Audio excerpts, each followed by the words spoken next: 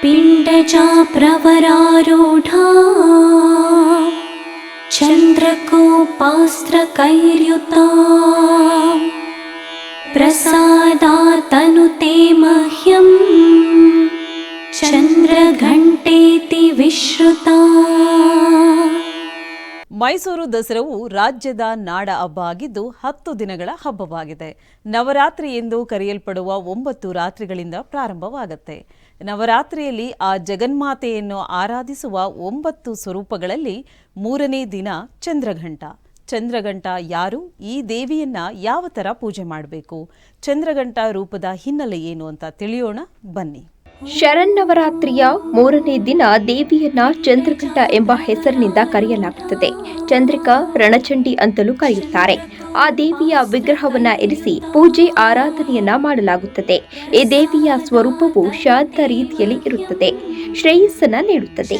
ತಾಯಿಯ ತಲೆ ಮೇಲೆ ಗಂಟೆಯ ಆಕಾರದಲ್ಲಿ ಅರ್ಧಚಂದ್ರ ಇರೋದ್ರಿಂದ ಚಂದ್ರಘಂಟ ದೇವಿ ಎಂಬ ಹೆಸರಿನಿಂದ ಕರೆಯಲಾಗುತ್ತದೆ. ಆಕೆಯ ಶರೀರದ ಬಣ್ಣ ಚಿನ್ನದಂತೆ ಫಳಫಳಿಸುತ್ತದೆ. 10 ಕೈಗಳಿದ್ದು ಎಲ್ಲದರಲ್ಲೂ ಖಡ್ಗ ಮೊದಲಾದ ಶಸ್ತ್ರ ಬಾಣಗಳಿವೆ. ಆಕೆಯ ವಾಹನ ಸಿಂಹವಾಗಿದ್ದು ಯುದ್ಧಕ್ಕೆ ಹೊರಟಂತಹ ಮುದ್ರೆ ಇದೆ. ಆಕೆಯ ಗಂಟೆಯಾಕಾರದ ಚಂದ್ರನ ಶಬ್ದವನ್ನ ಕೇಳಿ ದುಷ್ಟರು ತಮ್ಮ ಶಕ್ತಿಯನ್ನ ಕಳೆದುಕೊಂಡಂತೆ ನಿಶಕ್ತರಾಗುತ್ತಾರೆ. ಚಂದ್ರಘಂಟ ದೇವಿಯು ಶುಕ್ರ ಗ್ರಹದ ಅಧಿದೇವತೆಯಾಗಿದ್ದು ದೇವಿಯ ಆರಾಧನೆಯಿಂದ ಸಂಪತ್ತು ಸಮೃದ್ಧಿ ದೊರೆಯುತ್ತದೆ. ಮನೆಯಲ್ಲಿ ಯಾವತ್ತಿಗೂ ಆಹಾರದ ಕೊರತೆ ಬಾರದು. ಚಂದ್ರಘಂಟ ದೇವಿಗೆ ಮಲ್ಲಿಗೆ ಹೂವು ಅರ್ಪಿಸಿ ಪೂಜೆ ಮಾಡಿ ಹಾಗೂ ಭಕ್ತಿಯಿಂದ ಧ್ಯಾನ ಮಾಡಬೇಕು. ಇದರ ಜೊತೆಗೆ 16 ಬಗೆಯ ಅರ್ಪಣೆ ನೀಡಿ ಆರತಿಯನ್ನ ಮಾಡಬೇಕು. ಕೆಂಪು ಬಣ್ಣದ ಬಟ್ಟೆಯ ಅಲಂಕಾರ ಮಾಡಿದ್ದಲ್ಲಿ ಆ ತಾಯಿಯು ಆರಾಧಕರ ಕುಟುಂಬಕ್ಕೆ ಶ್ರೇಯಸ್ಸನ್ನ ನೀಡ್ತಾಳೆ. ಆ ಜಗಜ್ಜನನಿಯು ಶಿವನನ್ನ ವಿವಾಹ ಆಗಬೇಕಾದ ಸಂದರ್ಭದಲ್ಲಿ ಆ ಮಹಾದೇವ ತನ್ನ ಸಕಲ ಗುಣಗಳ ಜೊತೆಗೆ ಮದುವೆ ನಡೆಯುವ ಸ್ಥಳವನ್ನ ಪ್ರವೇಶಿಸುತ್ತಾನೆ. ಆ ಭಯಂಕರವಾದ ರೂಪವನ್ನ ಕಂಡು ಮಾತೆ ಮೂರ್ಛೆ ಹೋಗ್ತಾಳೆ.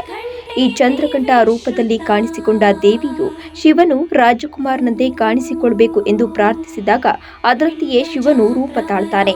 ಆಗ ಶಿವಪಾರ್ವತಿಯ ವಿವಾಹ ನೆರವೇರುತ್ತದೆ. ಈ 2014ರಲ್ಲಿ ನವರಾತ್ರಿಯ 3ನೇ ದಿನ ಬೂದು ಬಣ್ಣಕ್ಕೆ ಆದ್ಯತೆಯನ್ನ ನೀಡಲಾಗುತ್ತದೆ.